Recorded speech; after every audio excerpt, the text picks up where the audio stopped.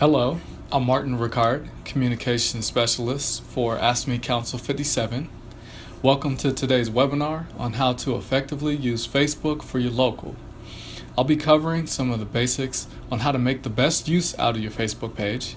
I'll go over some standards that every Facebook page should have, and then I'll share some tips and tricks to help your local grow your social media presence. First, a fun fact. Currently, there are about 157 million Facebook users in the United States. This means that everybody and their mama and probably their grandmama uses this social network on a daily basis. Facebook is where a lot of people go to get their information, and we as a union need to be present there as well. What I won't be covering. Here are some of the things I won't be covering on this webinar. How to set up a Facebook account. I'm going to assume that everybody already knows how to set up a social media account.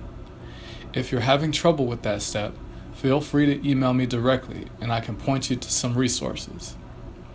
Advanced Facebook techniques. I'll be showing you some tricks, but there are a number of other tools out there that can be used to enhance your Facebook page. I'll save those for another webinar. Twitter. Having a Twitter page is just as important as having a Facebook page these days, but they work differently and tend to attract slightly different audiences. If you stick with me to the end of this webinar, I'll be sharing 2 of my secrets for making your Facebook page really easy to manage. Let's get into the main topic. Creating your Facebook page. If you've already created a Facebook page for your local, bear with me for a few minutes. I'm going to go over some basic steps for creating a Facebook page, so this part will be like a refresher. Facebook pages are for businesses, brands, organizations, and public figures to share their stories and connect with people. Like personal profiles, pages can be customized with stories, events, and more. People who like a page and their friends can get updates in their news feeds. This is also important to note. Anyone can create a page, but only official representatives can create a page for an organization, business, brand, or public figure. So my suggestion is to have a board member from your local create the Facebook page for your local. To create a page, here are the steps. Go to facebook.com/pages/create. Click to choose a page category. You're going to choose company, organization, or institution. Then choose community organization. Write the name of your local below. Make sure the name of your local appears just like it does on a banner or letterhead, with AFSCME all in caps. You might find out that the name has already been taken because someone created a place for your local. No worries. You can work that out in a few easy steps later on. Click Get Started and follow the on-screen instructions. Just like that, you've created a Facebook page. One more note, a Facebook group is not the same thing as a Facebook page. If your local only has a group, please create a page for your local. It will make everything else easier. The profile photo. Now that you've created your local's Facebook page, you'll need to dress it up a little bit. One of the things you'll need to add is a profile photo. This is the box in the top left part of your page, and it's the main image people will see next to the name of the page when it shows up on Facebook. You would typically use the logo for your local as the profile photo. AFSCME has a Facebook branded logo that can be used for your page. As you can see with Council 57's profile photo, we put Council 57 in Gill Sans bold italic font underneath the AFSCME text to personalize the logo. My suggestion is to do the same for your profile photo. One tip about uploading your profile photo. It has to be at least 180 by 180 pixels. You can use Photoshop or an online image editor to make the logo a certain size. My favorite online editor is called Pixlr. The cover photo. This is the rectangular box seen on the top of the page. Facebook is all about strong visuals, so this image is another way to brand your page. Typically, you will put a nice, high-quality group photo in this space. You might also want to have a nice image from a rally there. Either way, make sure there are faces of real people in your cover photo. Just like with a profile photo, the cover photo has to be a certain size. Make sure it is 851 by 315 pixels. If you choose one of the photos that is already on your page, Facebook will crop it so that it meets those dimensions. Page admins. Although a Facebook page shares some similarities with Facebook groups, they operate differently.